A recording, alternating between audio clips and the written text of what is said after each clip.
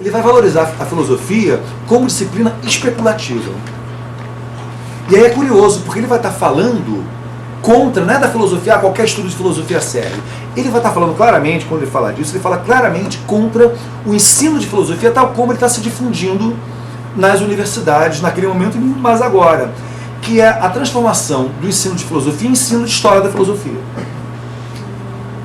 Tem tudo a ver com a vitória, né, do pensamento hegeliano.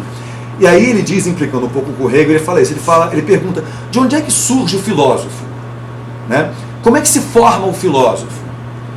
Ele vai dizer, o filósofo, ele certamente não se forma no curso de filosofia. O curso de filosofia não forma filósofo.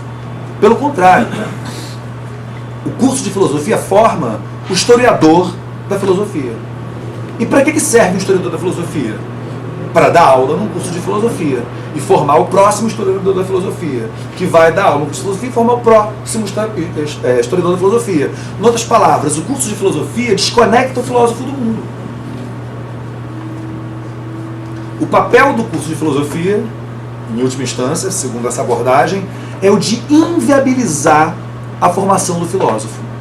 Tragar, fisgar aqueles interessados, pegar um ingênuo que acredita que ele pode se formar filósofo no curso de filosofia, esse filósofo em potencial, talvez, esse possível filósofo, traga ele para dentro de um ambiente onde ele jamais vai poder ser filósofo. Porque e não é à toa que o Estado banca esse curso. O Estado tem todo o interesse em apagar do planeta a figura do filósofo, porque a figura do filósofo é necessariamente, na leitura do Nietzsche, que está escrevendo um texto chamado Considerações Extemporâneas e Intempestivas, é alguém contra o tempo, é alguém contra o seu tempo, que é um pouco o que ele está tentando fazer aqui. Né? É muito interessante essa história. Então, para ele, e como é que alguém pode ir contra o tempo? Não existe uma receita, não existe uma maneira de formar alguém contra o seu tempo. Pelo contrário, os processos de formação são os processos de formação daquela época. E a formação do filósofo implicaria o contrário, uma singularização.